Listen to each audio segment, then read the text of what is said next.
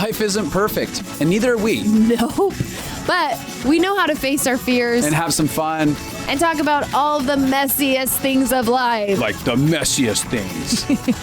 Get connected to yourself, get connected to others, and get connected to the life right in front of you. This is The Connected Life with Justin and Abby. That's me. That's you. And you. Okay, I am so... I'm more excited. More excited than you are. You're more excited about what? Do you think you're more excited than me? I'm excited about the energy in this room right now. Oh, there's some we got good some high vibes. energy, some good vibes. We got some amazing Yes. people on this podcast. Yes. And the moment they walked into my house, I was like, my life just got better. Yeah, you feel infused with like love and hope and It's joy. legit. Yeah. Legit. You guys are wonderful. We'll tell you who we're talking about in just a second. Go tell them about the cool Okay, festivities. this weekend we are doing LCMC. So our Life Consulting MasterClass meets for a year, and next week will be the last week of class. And so a bunch of people, not us, this is what I felt so inspired by. We didn't even organize this. People were like, let's all meet up in Reading to have end of year festivities, to meet each other, to be with each other. One of those instigators is in this room here today too. And what it did is all of a sudden, like what I thought was like, ignited. oh, maybe a few people will come. No, Yes. like people literally like There's like descended. 70 people that have come 60, here. 70 people. Yes, who are from different countries, Mm-hmm. from different states. Like people are driving in from everywhere. Last night, we saw somebody who drove 7 days to get here. So that they could. And I'm loving it so much. I feel so excited that all these, anyway, so we have Des and Karen. I don't want them to have to be silent for forever because they look like they're dying over there. wanna laugh. They You wanna want say to be hi. able to be present. Hello. So Des and Karen both are in LCMC. They just are about to graduate second year. They are pure delight in this group, and we love them so much. And so we decided to have them on the podcast. Thank you. That's so sweet. Such a delight to be here. Yeah. Surreal. Do you guys did you guys find us through the podcast? Yes. Yeah. That's Yeah. how I first. Yeah. So does it feel full circle that you're now on it? Yeah. It It's feels a lot. surreal. It feels surreal. That's so fun. Okay, so let's jump in. Did you have anything you wanted to say about excitement about this weekend before we jump in? I don't know. Let me think real quick. I'm just happy to meet all the people in person that we haven't met in person. And one of the things that I enjoy, let me put a little quick side note. One of the things I really enjoy about Des and Karen is that they are wholehearted people who are fully in. Like even in you guys being in LCMC for the last 2 years, you have been both champions of us. I've always felt supported by both of you. But I've also watched both of you be very deliberate and engaged about your personal process. And I've been in awe of the both of you. And so I'm like, oh, these people feel like family and I feel so connected to them. Then also full-hearted towards everyone around them. Yes. Who they meet, like creating a weekend here. It's people love you too. Yes. And it's not that hard to do. It's not that hard. Yeah. This feels really good. Des is like, keep going. Keep What else going. do you want to tell me? Yes. Yeah. So, let's just start with what made you decide to make a weekend? Oh, this is a great question. So I felt the invitation inside of me. I think a lot is I noticed inside the second year group, people were processing the year and needing to make a decision about what they were going to do the following year. And so I felt the invitation. I would call it like God. Like I just felt him being like, I think this would really support the journey and it would support my journey. And I froze right away after like, I don't think I can do that. Like, I don't even know how I would do that from a different town. Like, what do I do? How do I plan an event in another town? Yes. Yeah. So I froze up pretty good. And then just kept noticing that I was still present inside of me. And so at that time, I mentioned it to Melissa and I thought, what do you think? I mean, I had mentioned it to other people and they were frozen. So it was like, no, we're good. We're just going to. And so, I think that once I knew that she was going to be like, sure, we could do this. I was like, I know I can do this. I think what I've noticed through this process is that I think I have it in me to set tables for people, like to make space. Yes. And that's something that's really authentic and actually doesn't feel really hard for me. And so just connecting into that space and then seeing like the trickle effect, like the tsunami, that's what it felt like, a tsunami, just people coming in. That was amazing for my heart to notice. Invitation. Oh, yes. And then that's pretty much, I just said yes. And then the whole, like, I don't even have to do anything else. So I love that. It was beautiful. It has been a beautiful process for me. Yeah. It's always a little bit of courage to step out and do something that hasn't been done before and that you don't know how people will respond to. And then it feels so good when people jump on the ship with you. Yeah, we were just talking about, this is the feeling of expansion a little bit, because it's like expanding is just, you have to be a little bit uncomfortable. Yes. And you have to sort of know like, oh, this is actually the feeling of growing. Yeah. It's kind of like this is what life is. In order to grow, you have to be willing to step out a little bit of your comfort zone. Yeah. You have to push into a little bit more than what you're used to. And that feeling is, if we avoid it, we avoid the growth that happens. Yeah, exactly. It's like growth spurts when you're a kid. Your bones hurt a little bit. Exactly. But then you get a couple inches. Yes. Some more than others. Some more than others. Des, how tall are you? Well, I used to be 5'10", but I'm a solid 5'9" and a quarter now. Shrunk. But when I played basketball, I was like 6'2". I was like, this is not true. I'm 5'10", but anyway. That's amazing. Yeah. Well, let's start with just giving a quick introduction. Let's start with you, And Karen. what we're going to get into today, by the way, I just want to let people know, we're going to get into conversations about your guys' relationship, your journey, your process here in this space. And I'm really excited to hear that, just to kind of get an idea of it. But a little bit of background on both of you. Yeah. So I'm Karen McNally, and I was born into an Amish family. I'm one of 13 kids. I've been married for 16 years. Yes. All that. I have 2 teenagers and an 11-year-old. So I've got 3 kiddos. And I think my journey was just one of like coming out of religion and fear. And so pursuing and running after like freedom and love and who is the real Jesus. And that's kind of what led me to discovering you, Abby, on some of the teachings you did online. And I remember your first podcast and like following you guys and listening to the first one. From the very first one? Wow. I remember That's you putting crazy. a poll out of like, what should we name it? And people were like, what? Responding. Yeah. Wait, you both remember that? I went back and watched I've watched every single episode. And I was like, oh, yeah. That's awesome. So that was kind of probably segue into LFA and then into LCMC, which brings me to where I am now sitting right here at this table. Which we're very counterculture to the Amish community in a lot of everything that we say and do. So that must have been like. How was the culture clash for you?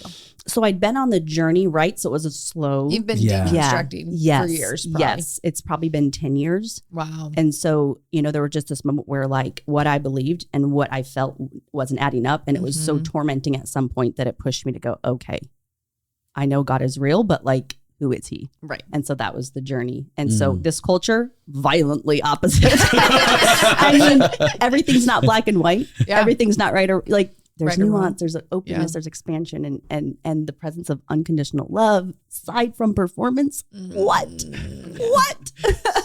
Like who I am, not what I do. Like, Yeah. This rocks my world. So yeah. Oh, yeah. Oh, that's- well, and also because you're a PK, right? Yes. So who I am, not what I do is like, that is everything in the opposite of what Yes. you learn as a PK, just naturally. Pastor kid, for those who don't know. 100%. Thank Yeah. you. That's really good. Great. And Des, what about you a little bit? My name is Desiree Amadier. And Ooh, I've never known how to say your last name. Maria. it's super Romanian. Yes. I'll fill in the blank of how I got such a Romanian name. But I let's see, my family. I'm married. Been married for 20 years to a Romanian guy that I met in Romania. I'll get there. But I have 3 beautiful kids, almost 3 teenagers. So 2 teenagers and a 12-year-old. And what was my Wait, life do like? you guys have kids around the same age? Yes. Ah. It's a whole thing. Okay. That's cool. That's cool. Yeah. I kind of had an interesting young life. I became a missionary right after high school. So at 18 years old, I was a full-time missionary. This about you. Yes, Justin. There's a lot to chat about. I did missions for 6 years right after high school. I moved to Romania. I lived in Bucharest. I became just really pioneered a lot of nonprofits and work with marginalized women and children. But the part of it that I think is really important to this story is that I feel like I could always see other people, but I could never see myself. Wow. And so I could feel, just like being more empathetic and a feeler, I could see the pain in other people's stories, and I wanted to meet them there. Hello, codependency. I'm on the dictionary. Like, there's a picture of it. It's Desiree. Yeah. Ooh, I think I know her. It's Des. And so that journey of just like ministry, full-time ministry, even transitioning back to the States, having kiddos, and then doing other nonprofit ministry with marginalized communities in Fresno. It was always just about, I just lived so disconnected. I was always in other people's pain, and I could never even name my own pain. Wow. And so it kind of led to a huge burnout. Shocker. It happens for everyone. You can only take care of the whole world around you for like 25 years. I hit 35. I was thinking 25 after I was like an adult. That's true. That's true. Like That's for real. like 30 some years, it feels like you really can take care of everyone. And then you hit that point of empty bottles of wine everywhere and passed out face down on your bed. What are you trying to say, Justin? That sounds like a nice way to cope. Yeah. Well, that wasn't mine, but that sounds nice. Yeah. My mind, body, and so my health broke, my marriage almost broke, my relationships. It was just a devastating season at the end of 2019. And this feels really vulnerable to share, but I remember kind of connecting to the podcast. And when you ran LFA in 2020, I was so broken and so much in my PTSD that I knew I wanted to do it, but I couldn't even like press the button for myself. Like I couldn't even do something like that for me you. at that time. Wow. And by 2021, when I signed up for LFA, I was literally the last day because I had so much, am I worth the money? Like it was so hard for me. Oh. Yeah. And so I pressed the button and it's changed my life. Yeah. And so then that's such a sweet story. I understand that. Things can feel so big and hard, especially if it's counter to what you're used to. Like you choosing you. Yes. Is such a big deal. And I was in so much survival after my body and my relationships breaking down. I mean, so much survival that this felt unsurmountable. Like it felt like the biggest, talking about expansion, it was just the hardest thing to ever do, to face yourself, to actually go on your own journey. Yes. Okay. I can tell that I got emotional when you're talking there. Like I want to start crying because like who you were describing about where you were at and stuff to where I see you now and stuff like that. I'm like, oh, that's so different. It's unbelievable. And I was just getting wrecked by that. Yeah. It's a lot. I feel like that a lot when I think about it. You do. I'm like, you guys don't know what it was like for me before. Like, you don't even know how radical that feels to be in my own life. Yeah. Yeah. To be in my body and to be in relationships and connections and in safety. We're all crying. I'm like, I'm going to just hold it down right now. So why don't you guys share, well, when did you guys meet? So we met at the beginning of year 1. Okay, so you did Officially. LFA a different year than she did. So I did LFA 2020 immersion. Okay. And then I did LFA 2021 not immersion. Okay, so you did the same year, but you weren't in the immersion group with her. Yeah. So I remember seeing her picture and her face. I'm like, she looks good. I want to meet her. Yes. I dropped into Karen's DM. Yes, that's the truth. You're so pretty. That's the truth. Do you want to be my bestie? You dropped in, you texted me one day or you messaged online in a class. It was during class, I think. I just dropped into You just DMs. saw her and you're like, I want to be friends with her. Yeah, I think because I had lost so many friendships. I mean, I didn't have any friends. So even asking Karen, like, hey, I noticed you and I like you. do you want to see if we could be friends? Like making friends as an adult is It's hard. so stupid. People don't Yeah, talk about right? this. Yes. It's true. Can you Check yes or no. Yes. I was just saying that. I was like, if you want, you could put your number in my phone, but if not, I'll just look away. You like messaged me, like asked for my number, and then you text me, and then we started texting. Like we didn't stop texting. What did you think when she messaged? I was like, I felt so loved and so touched, and like, oh my gosh, someone wants to get to know me. Yeah, like I felt like, wow, I don't feel like almost worthy, to like just have someone pursue me and want to get to know me. Yeah. And I remember us like texting back and forth. And I think I was texting you so much that you're like, do you have polo? Like, girl. And the polo relationship. Yes. And then it got real. Yeah. That's what I feel. Yeah. And why did you guys hit it off, do you think? Wait, before you say that, I want to say something as you were talking. I thought about the idea of like, I think probably most adults have a really difficult time initiating new friendships. Yeah. Like that it feels very awkward and stuff. Like after you get from being a teenager and in college, you're like, I just got all my old college friends. I'm not going to try this whole like find a new friend thing. That could be too weird. Yeah. Unless you're like, I think sometimes like if you're in a small group as an adult, then you can find new friends. But it's other than that, you have to be intentional and you have to choose and pursue. Yeah. You have to decide this is something I want, and you can't be passive anymore once you're an adult because you just, unless you're the Karen and somebody pursues you. I think it was mutual. I'm totally kidding. I just know being so cute. You did start it. I will give you that, girl. But the idea of like you have to be intentional to find your people. Yes. Mm-hmm. Yeah. That's Anyways, you're going to ask questions. Okay. So you guys start to become friends. What is it that you think you're drawn to in each other? That's a good question. It is a good question. Like what made it so that your friendship stuck after you got... Okay, well, first of all, I'll just speak for myself. Yeah. Okay, Karen's like really cool and like a boss. So it wasn't difficult to be like, the more I knew about her, I was like, I love her. I love just her personality.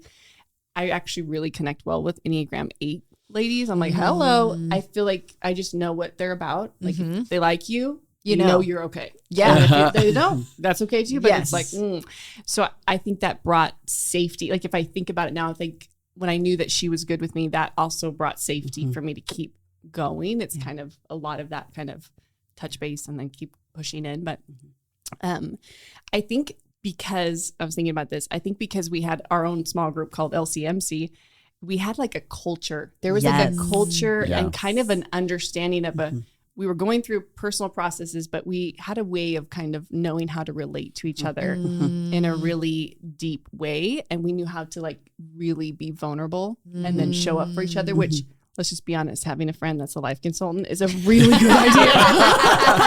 That's so real. Life yourself a life consultant friend. Yes. Yeah. I think like I was so drawn to your energy. Like what I saw in you was like confidence and just like a level of even abundance. You might not say that, but I felt that on you. And it was like so attractive to me, kind of coming from the culture I was from.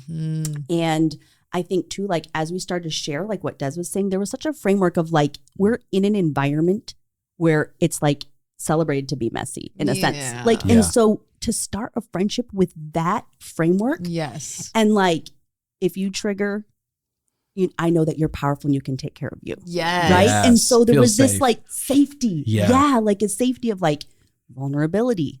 We can be vulnerable. We can be messy. And that's not normal. Right. Right. You get to know each other. You tiptoe. This is a slow, long thing. And it's not. It was like a deep dive right away. This safety to just go deep. And it was just phenomenal. Yeah. I haven't really thought about that until you just said that right now. I'm like, oh yeah, you guys literally have an environment that's been fostered with LCMC where it's like, oh yeah, we're going to be messy. Just have those conversations and this. I'm like, oh, if I ever had an environment where I could have just like, knowing that I didn't have to like slowly figure it out and be like, nah, we can do this right up front. This is what we're doing here. And this.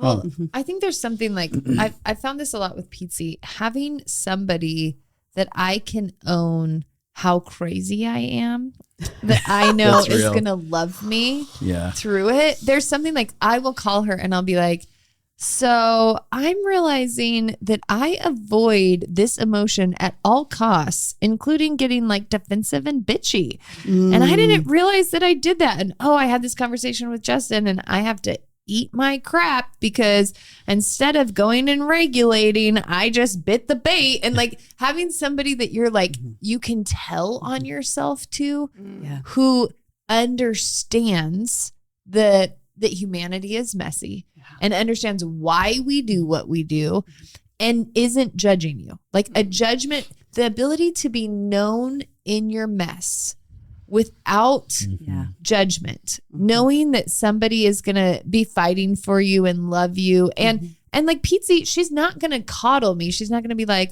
no, it's fine. You can totally bite Justin's head off. You deserve Thank God for it. Pizzi. You know, like she's not, but she will be like, oh my gosh, I so get it. I know that feeling when you just react because your body's in a trigger and you just, you didn't mean to. And it feels so bad afterwards. And I'm so proud of you for owning it. Like having somebody that can be with you in the, I just think that's the deepest form of being known.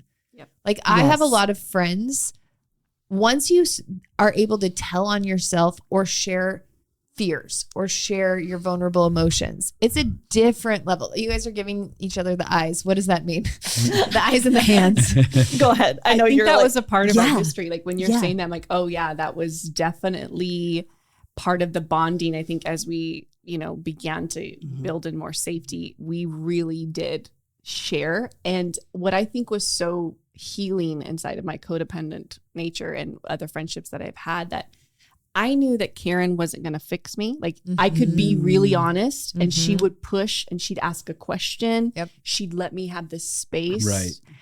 And I just knew that she was also like not going to try to fix me. But when she was spiraling out, I knew that she was powerful and she was going to take care of herself. Right. So you didn't need to fix her. Yes. And Yes. she wasn't fixing me. And I knew I was going to be powerful in that. And that was a very healing Safe. Yeah. When you're describing you and Pizzi, I'm thinking that's also, it's like, you're both really powerful and that brings a lot of safety. Well, what you're saying It's is good. you both had It's a really sense good. of self Yes. and you both had autonomy. So there were boundaries that could make it so that you could, if you're codependent, you end up feeling like you can't have feelings because it might hurt other people or it might affect other people or they might have too big of feelings. And so really what you're describing is you knew that there was room for your feelings with her. And you knew that she could have feelings and it didn't have to consume you. Yep. Yeah. And that feels so good. Yeah. I feel too like the journey that we were on, like it was an unknown space where like the depth to be messy and have that safety does where we don't have to fix each other, take like care of each other in an unhealthy way was like built so much safety. You mentioned this, like so much safety that it was like, I didn't know that you could have this good of a connection with a person, a friend, and it be safe and it be good. Like I didn't know you could be that close with a human. In a sense that was like a friendship, right? Like I'm an avoidant. So, So I'm like, look at you, girl. I don't need nobody. But then Two Enneagram 8s here. Enneagram 8 avoidance. yes, and to let my guard down and let her love me Wow. was like scary. Oh, yeah. And so leaning into that, I was like, oh my gosh. Like there was love I experienced that I hadn't really let very few people maybe ever touch. Well, yeah. Yeah. Well, I mean, it would make sense if we think about your story. You're one of 13, Yeah. which is like just it's a circus where you are going to get a little tiny bit of love from your parents. Big hearts, I'm sure, but I just mean time wise. Yes, absolutely. Just a very little bit of time. And then you're a PK and they often have to have tons of guards up because it's them against the world, their family against the world, or there's also just like dynamics all the time. And then you, I know more about your family story and then you're an 8. So your life story, which basically is avoid vulnerability would be the natural way for you to Yes. survive. Yeah. Yes, 100. Because 100%. you've gone through so much pain and so much, I have to do this on my own and I have to figure this out on my own. And I'm the one looking out for myself. All of those feelings would make it terrifying to let somebody in. Mm-hmm. Did it feel vulnerable as you were on the process? Yes, that's, I think, what I'm getting at. Abby, you're like nailing it. It's like it was so vulnerable to allow her to come close. And I remember getting on a polo one day and just like sob crying to her. And like, I'm trusting that she's going to be okay with this and that it won't be like she won't have to take care of me, but I'm going to also just be as real and messy as I am right now. And I remember like just that culture and kind of around it does like how you showed up in a healthy way. How did she respond? Oh, just with so much compassion, kindness, and love and tenderness and just validation and attunement. But it wasn't like that, what you're saying, like the sticky, oh, let me come Let now me and save take you. care. Yeah. Yeah. Thank you for letting me be with you. That was really sweet. Thank you. What did you feel when you watched her video? Probably was more than one time. Let's disclaimer that. I was like, she probably doesn't know what Abby talking about. Abby will talk daily, sometimes many Yes. times a day. But, Yes. yeah, I think. Do you remember any of the times like that? I think I do remember. So it felt very good that, like, I mean, just thinking about an avoidant and being an 8. So it would feel really a lot safer to not let me come that close. And so when I saw that she opened up like that, I was like, oh yeah, this is my gold. I went, oh. You like felt so much love for her. Yes, I was like, I can do this. I love her so much. Oh. Yeah, I think it almost builds safety. Like it builds more when people do that for you. Like you Yes. let, when it's this idea that you teach us, when you let someone be there for you when you're really messy, that also makes us Bond. closer. Yes. Yes. It's something that I really didn't recognize when I was growing up is that when I had a need towards somebody or when I, in the moments that I've been Karen in that story, you feel like you're being a burden. Yes. Like it can That's feel so true. much like I'm like bogging you down with my emotions or I'm just taking your time or this is too much. I'm too much. Absolutely. But then when I'm on the other end, when I'm in the Des scenario, when people do that and they're tender and they let you in, it feels so good to want to love them and so easy. And that's how I bond. That's a huge part of how I bond. And I've had to reframe it because I spent my whole life trying to not have needs, Not be a burden. not be a burden. And usually the people that are trying to not be a burden End up being a burden. it end up being a burden because they're emotional. Is that you, Des? Des is raising her hand. Yeah, me over here. I know it. And it can be a lot more exhausting trying to fight through the real issues that are happening for someone who doesn't want to be a burden because they end up burying things and then they end up like building cases and resentments or you just can't get the real connection with them that you want to have because they're like, no, because that connection requires them to quote unquote be a burden. Like real vulnerable connection means that you're going to actually require time, energy, and attention from someone else. And so, it's just more of a relief when people are like, I'm not a burden. Yeah. Yeah. And I think that was like also something that I kind of discovered because I was like, when she shares, I'm like, let's go, girl. I got you. Like, I love you big. Like, it wasn't hard. I didn't feel heavy. I was like, this is a delight and an honor to carry this with you. But for me to then share back and let her be there with me, like that just healed, it was like a thing I didn't know. I mean, I've had that in some other relationships, but in this depth, in this culture with these values, it was just a whole different experience. Oh, I wish people could. I wish this was videoed because you can just see so many love exchanges happening all over the place. You raised your hand over the whole I don't want to be a burden thing. Des, do you want to like elaborate a little bit more on that for your world? Yeah, inside my family dynamic, it was very similar. So I was the middle girl of 5, and oh wow, from divorce, and so I noticed right away, like in my ability to like fill out people's emotional spaces. I was like, oh, everyone's a hot mess. I will be really easy. Yeah. Yes. And I'll be really helpful. I'll be the good really one. Good. I'll be really good. My mom tells the story like I was like a hot mess. She said, if I had you first, I wouldn't have had any other kids. That's what she would tell the story of my life. And then I became so good. You guys. Oh, because you're like, I'll make up for that. Yeah, I don't want to ever be that. Yes. Such a good girl. So I think that, I feel like even as I've been trying to reflect on like the transformation of these years, I think that was such a big deal. And I think that's what my husband would say was probably the biggest transformation, is that because I never acknowledged and validated my own needs, I then, therefore, poor man, was like, you must meet every All need of them. inside my soul, All even of though you them. have no clue of what they are. I just yeah. want to say to him, you're welcome. He'll be Venmoing you. No, this is so real. I used to give to everyone and then suck Justin dry. Yes. Like that was just a very real, like and then he could never be enough. Oh, And then I was really mad at him because he wasn't meeting Such a my jerk. needs. Yes. Not That really. is part of my eye twinge when you're saying that. I think I'm going to cry. It feels very No, validating. it's so impossible. Yeah. Yeah, it really, Yeah. Yeah. Was that Thank you for acknowledging that, Abby. I'm going to interrupt. Are you feeling the love in this I room? felt very cuties. impacted by that. I was like, Yeah. that's a very nice telling on yourself of that. And that got me good. Thanks. Oh, Yeah. I'm sorry. Yeah, no, appreciate that. Yeah. You guys are cute. Yeah. You haven't seen us on our bad days. So yeah, I just think that that's really what I would understand, like this idea of like being needy, and that like what you're teaching, like there is no not needy person. Like that's ridiculous. And Yes. and I think honesty is in terms of motivation for a lot of my life. It was very much, I could see the need of another, but I never could. That's the idea of not seeing me and not naming inside of me. And that feels like the biggest repair that I've been on personally inside that space, is just like showing up for what's happening on the inside and realizing that I'm powerful. That has changed my life. Like I have the power to do something with that need. Like I can meet it.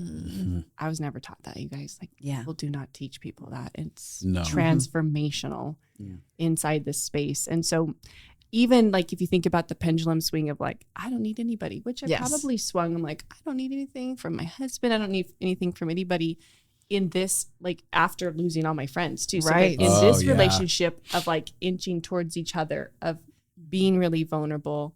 I have a need. She has a need, back and forth, safety, strength, bonding, everything. So yeah, it felt really impactful inside my system. Does this feel like your rehab friendship? Oh, not you said like that. It's okay. Yes. That's not enough words, but yes. Yeah, I think that this healed me so deeply. Wow. To like believe that I could ever have love again, like in friendships. Yeah. It's so crazy how that can get broken. Yeah. It's so easy to get broken because you can just go through pain that like hurts so bad that you're not sure. And it is risky to risk again. Look, you little cute. What are you feeling over there? Don't cry because your face is so sweet. But yeah, it's true. It's risky. But it's so beautiful. So it made you remember that you could be loved again. Yeah, it's so funny. I believed in love again. I believed that I was worthy of friendship. Yeah. I know for me, it was like, you're safe to be close to another human, like this close.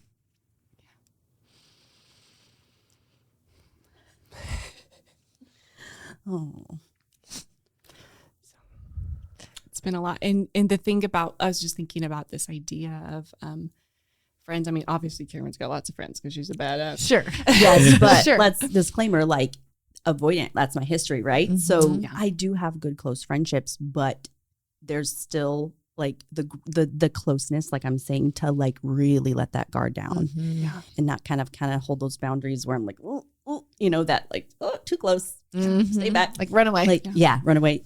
Like that was like totally let down in this friendship, and it was like, oh, I didn't know that even my heart needed that love. Yeah. Like that closeness, that safety, just the safety inside of a friendship. And I know like things can happen, but like to just let myself feel that.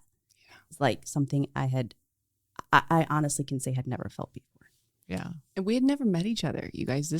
We had never been in each other's presence until February of this year. When you guys came. So you guys started a friendship over Marco Polo for a year. Yeah. Yeah. And then met each other after that. Hold on. I flew out to California In to February. just come see you. She made a trip. Oh. Yeah.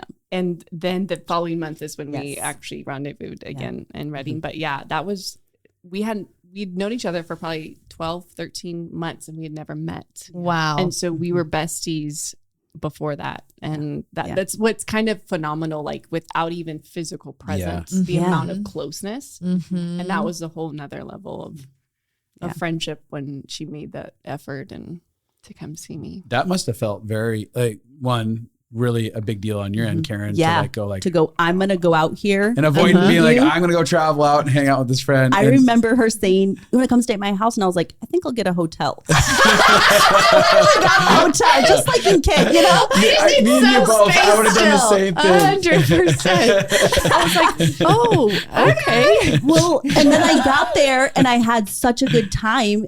And then I was like, oh, remember the one night I did stay at your house? Yeah. I was like, I think I'll stay over. Sleep over.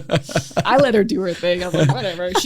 I knew she loved me. Whatever. I was like, you flew across over here. Yes. Whatever, girl. It's so so real. true. It's interesting because I am thinking about your life and even your marriage, which is amazing. And you guys have fought through so much, but you went through a lot of hard years in the beginning. Yes. And I think that when you have, I know for me, that even when I've gone through really hard stuff in marriage, sometimes if I find a like Pizzi in my life, being a safe woman friend has still actually healed a lot of stuff from, and I'm not saying your marriage is there now. I'm just saying in the past, that was something you guys had to work through.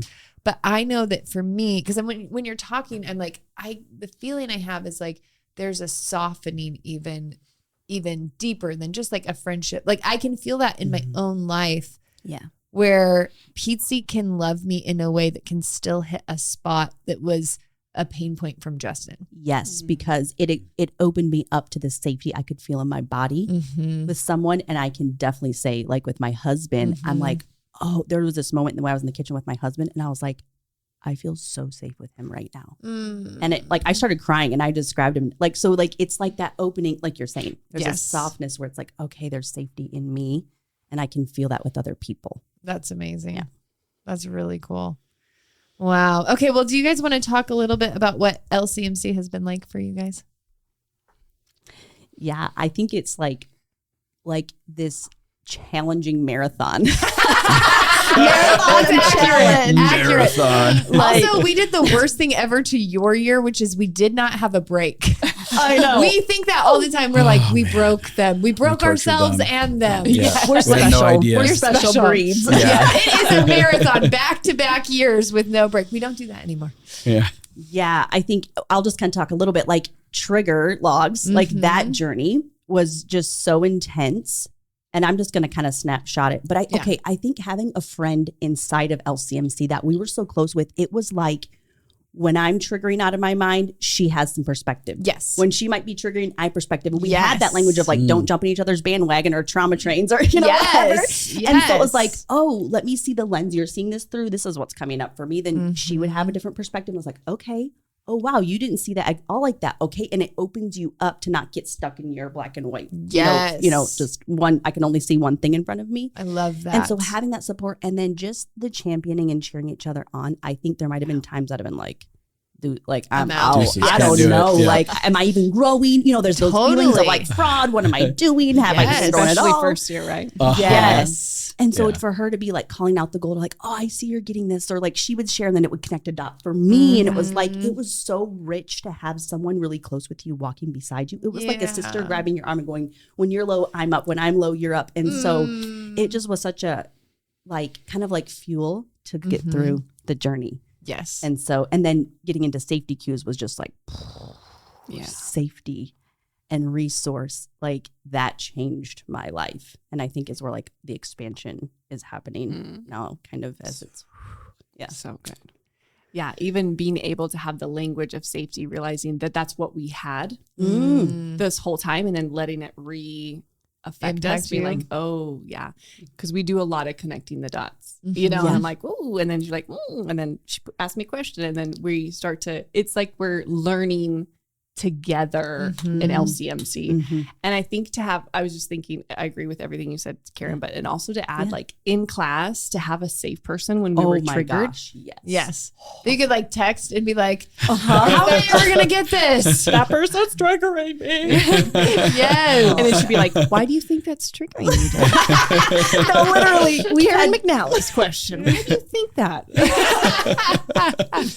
So that was a huge, just this Yeah. idea of like, Yeah. even in real time, having a safe, like a person to do it with and to be perfectly honest inside of class. But I can't really remember your question now. What was your kind of your experience going through LCMC and stuff like that? Yeah. How has it been like for you? It's changed my life so much. I Mhm. mean, relationally, in terms of like healing that my heart needed through relationships, like with Karen and other people, and getting skills, like getting this understanding that I can be powerful and meet my needs, and I could be a human too. Yeah, I think it's helped me believe in life again, that I could have like a Yes. a beautiful life. Like a There's still more.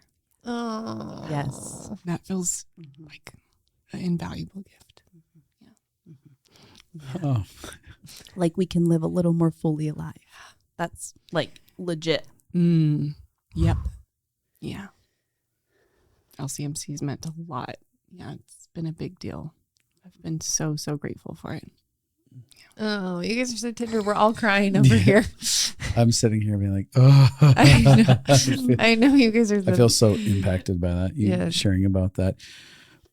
When you guys, like, Des, what was your experience? Karen was sharing a little bit about her having you as a friend and stuff like that. Just her friendship, like besides just talking about triggering and stuff like that, what are other ways going through the class that's been helpful? Yeah, I think Karen had a great ability, like thinking about, like I had a hard time ever seeing myself. Karen could validate me and like see me and hold that like mirror up that really felt very soft, believe it or not, very soft to me and very nurturing. Look at that 8 be nurturing. I Come have on, been girl. so nurtured by this woman. So I'm like, I love your spikes and I love your softness. I love all the package. Yeah. And I think besides healing and believing like I could be loved again, there's so many things that I think inside of our relationship that just, okay, I think this is, sorry, my brain's just happening. It's hitting. Real time. Friend, like having kids. I think Yes. parenting has been a huge place where we've connected and processed and applied the what you're learning. Yes. Applied regulation, applied ownership, applying nuance, applying like, okay, Shame's telling me this is all about me. Yes. But poor kid. Like he can have his Poor own kid. his own situation. Like it helped me see just how narcissistic, that part of codependency really feels and is. Yeah. But I think having parenting together, and then- Teenagers, both Mhm. being teenage Yes. parents. Oh, yeah. Felt like And- such a resource. Yeah. And I think we've connected a lot about our marriage. Like Absolutely. having husbands in very different places See, than us. Yeah, you're in a school where you're talking about emotions all That's day, interesting. every Yeah. day, and Yes. all you're doing is feeling and naming and learning and growing, and they're just living their own normal lives. So it's a big Yeah. contrast. Yeah. And Yeah. it can be hard to hold on to you in that Yes. inside of marriage. Because and you're inside also of- transforming so fast, which is also complicated for the husbands. and you also Yes. get a little messier sometimes. Yes. So it's like, is this Yeah. even helping? Yeah. You know? You're like, what are you doing? Yeah. You're all of a Having a sudden you're complete feeling meltdown. all the Uh-huh. feelings you've never felt. You're now Yeah. giving yourself permission to have Yeah. a voice about the things you never had a voice Yes. about. And so you're going on that process, and they're like, my wife is feeling lots of things. Husbands are like, this is the best and worst investment ever made, ever.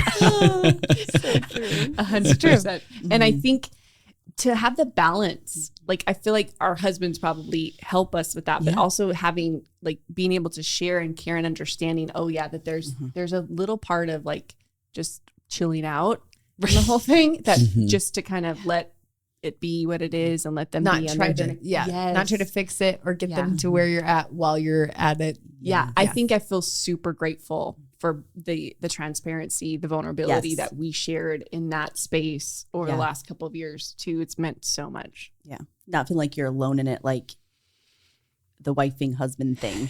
And you're on this journey that maybe they don't always understand. But to have someone that's like, oh, I'm kind of facing that same thing. Yes. These are happening. Okay. Whew, this might be normal, you know? Yes. Yeah. Yeah, it's very I mean, me and Pizzi have done that because Justin and Johnny are on their own timelines. Yeah. And me and Pizzi are on our own timelines.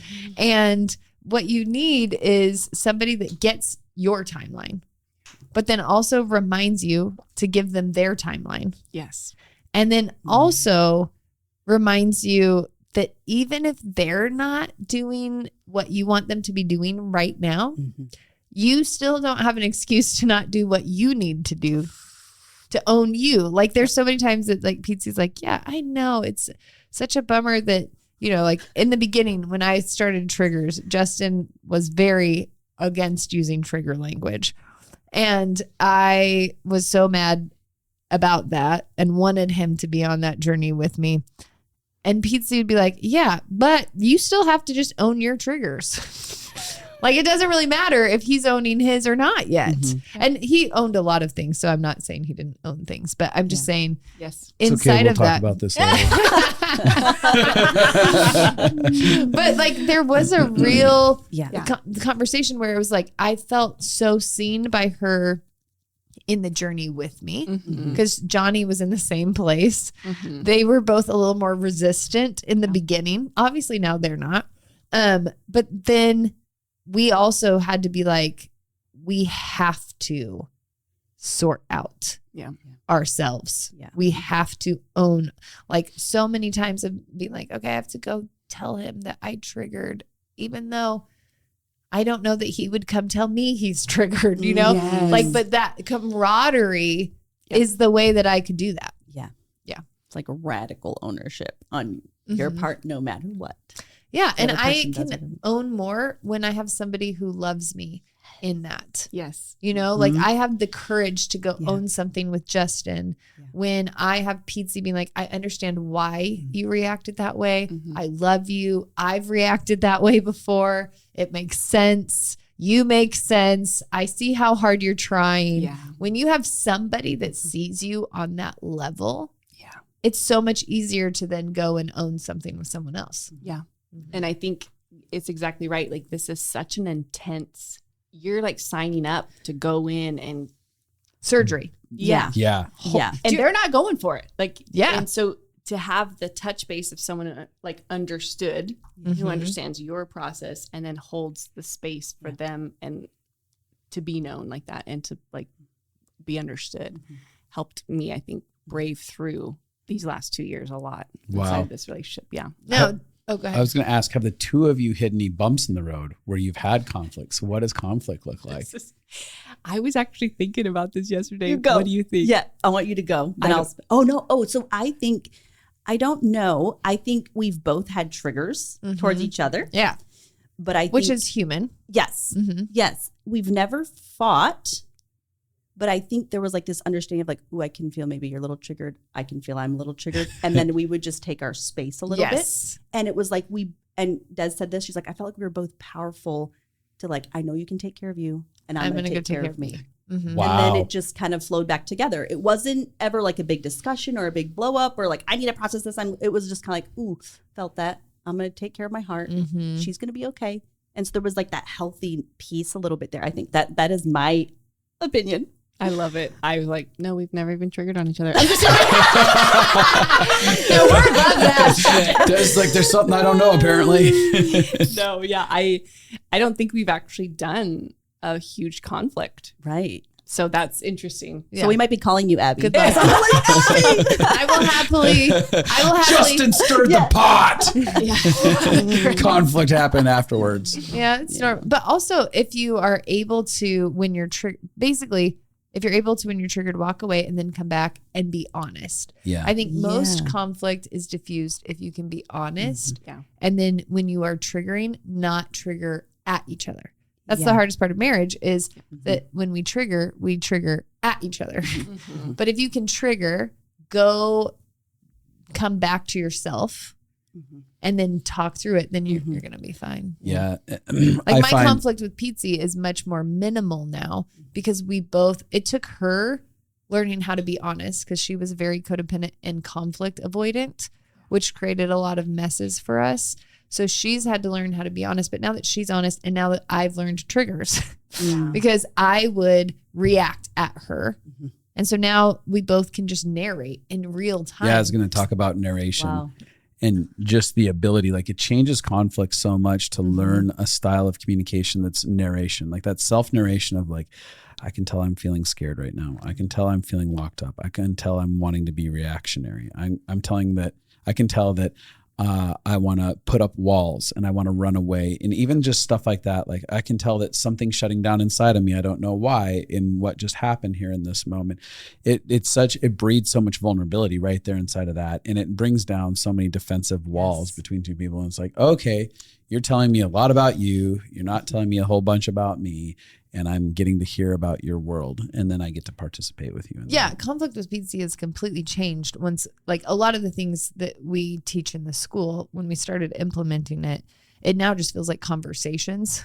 Whereas before it felt like a big butting ahead because now I'll say like, oh, I can tell that I'm having a lot of fear inside. And so I'm wanting to like control, or she'll say, I can feel that there's like I'm wanting to people please with you. And she'll literally just narrate it. I can feel I want to people please with you and I want to make you happy. But the truth is I'm actually feeling this. Yeah. And then when I hear that, it's so disarming that you're like, oh my gosh, I don't want you to have to people please with me. I love you so much. That makes sense that you're feeling that, but I want you to feel free to have your, like, it just has changed our conflict to be able to know what we're feeling in real time and be able to communicate it without blame. And a lot of the journey that you're on, it takes a few years to figure out. But I'm like, give me 10 more years and I will master this. That's how I feel. Like in 10 years, I will be really good at conflict with everyone. Right now, I'm better at it with Pizzi, but I'm still having to work it out with my other relationships because the safest relationships are where it feels the easiest to practice. And that's why I love your friendship because you get to practice honesty. So radical honesty, having boundaries, you get to practice. And then what happens is then you can start to do some of those things in your other friendships because you have the courage that like, I have learned how to have a voice here. Yes. Now I'm going to have the courage to have it here. Now, so like Pizzi's the safest person I do conflict with.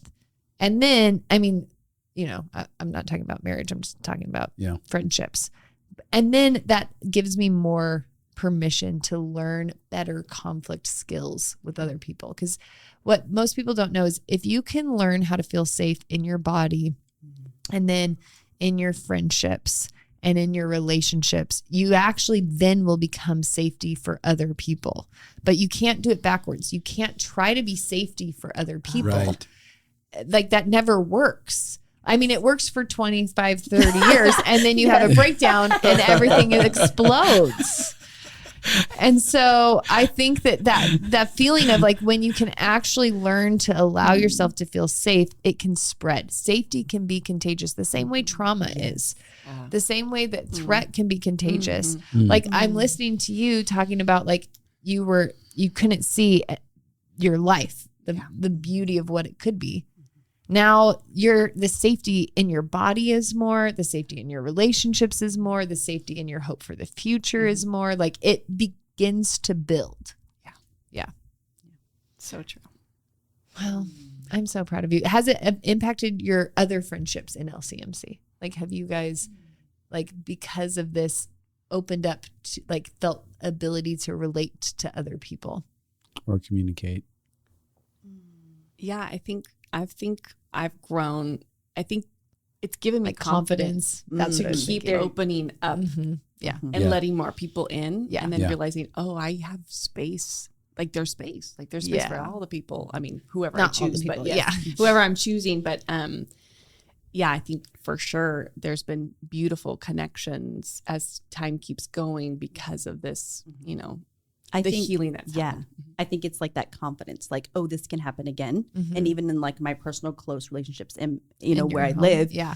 it's like, oh, this is how it looks. This is what it can look like. Yes. And so I can be on that journey. Once you And so it's experience just it, you can confidence. Yeah. start to create it Mhm. in the other places in your life. Yeah. I love that. I was just I know we got to wrap this up, but I was thinking, obviously, Karen, this would feel scary for you just because being Yeah. avoidant and ate some of the background stuff that you're talking about. I get that. Yeah. When I was thinking about Des specifically, I'm like, this would be especially scary for her because she gave her life away to so many people and spent it all out over here in such a way that there was nothing left of her. And it would feel terrifying, and especially with whatever happened in the losses specifically that left you pain, to let somebody back into your world, even to potentially consider letting more than one person back into your world because so much of you felt taken and spent, it feels like, throughout your life. I don't know if that's true. Does that feel like it resonates with? Absolutely. I'm over here. She's crying. I'm like, he's naming it. Yeah. So I was sitting here being like, oh my gosh, you've been incredibly brave creating that original invitation and just being like, hey, want to be friends. Yeah. Such a big deal. I think friendship takes so much bravery. I mean, I think there's some people who've like never maybe experienced trauma. They're a separate story. We'll call them aliens.